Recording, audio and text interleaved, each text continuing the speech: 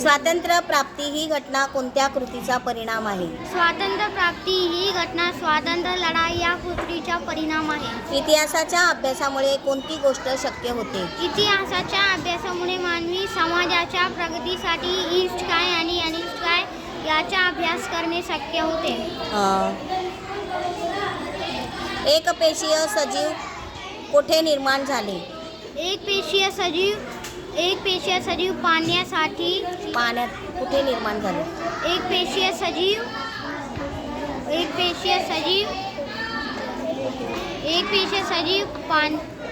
पाण्यात निर्माण झाले. एकपेशीय सजीव पाहण्यासाठी कशाची गरज असते? एकपेशीय सजीव पाहण्यासाठी सूक्ष्मदर्शकाची गरज असते. आदी मानवाची प्रजाती प्रथम कोठे अस्तित्वात आली? आदी मानवाची प्रजाती प्रथम आफ्रिका खंडात अस्तित्वात आली. इतिहास हे शास्त्र आहे असे का म्हटले जाते? इतिहास केवळ कल्पनेच्या आधारे लिहिला जात नाही. भूतकाळातील घटना जसाच्या तसा घडवून आणण्याचा उपयोग करणे शक्य नसले तरी त्या घटनेचे पुरावे शोधण्यासाठी, तपासण्यासाठी आणि जुळवण्यासाठी इतिहास विषयात शास्त्रीय पद्धतीचाच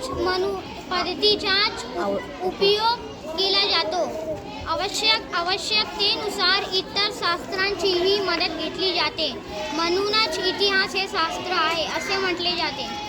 प्राण्यांची 2 वैशिष्ट्ये सांग. प्राणी श्वासोच्छ्वास करतात. प्राणी अन्न मिळविण्यासाठी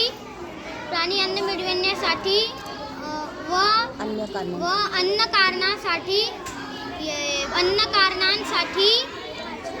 हालचाल करतात. पोटात काही प्राणी पिल्लांना जन्म देतात तर काही प्राणी अंडी घालून पिल्लांना जन्म देतात.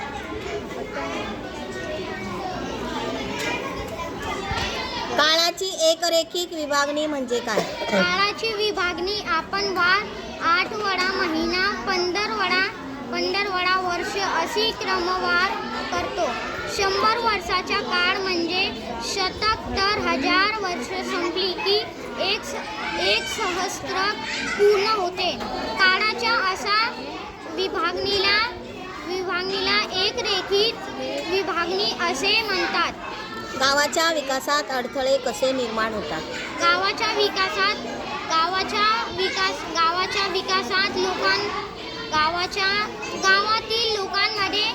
गावातील लोकांमध्ये काही कारणाने एकजूट झाली नाही तर गावातील विकासात अडथळे निर्माण होतात.